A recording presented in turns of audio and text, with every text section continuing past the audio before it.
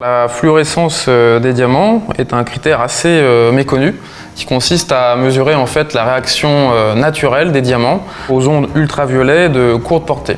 D'un point de vue investisseur, on pourrait assimiler cette réaction à un défaut puisque, comme on le voit là sur la démonstration, certains diamants ne réagissent pas du tout aux ondes ultraviolets alors que d'autres vont avoir une réaction un peu plus forte, voire très forte, comme c'est le cas de ce diamant ovale de 1 carat.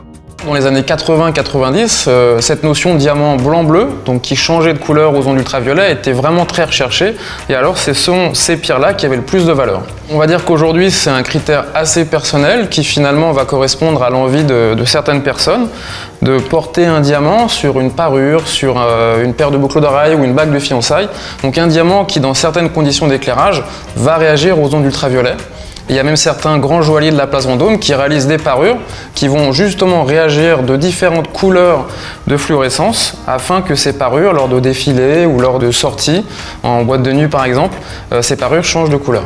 Et concrètement, à la lumière du jour, c'est-à-dire dans l'usage classique de votre bague, il n'y aura aucun impact de la fluorescence sur l'éclat ou la brillance des diamants.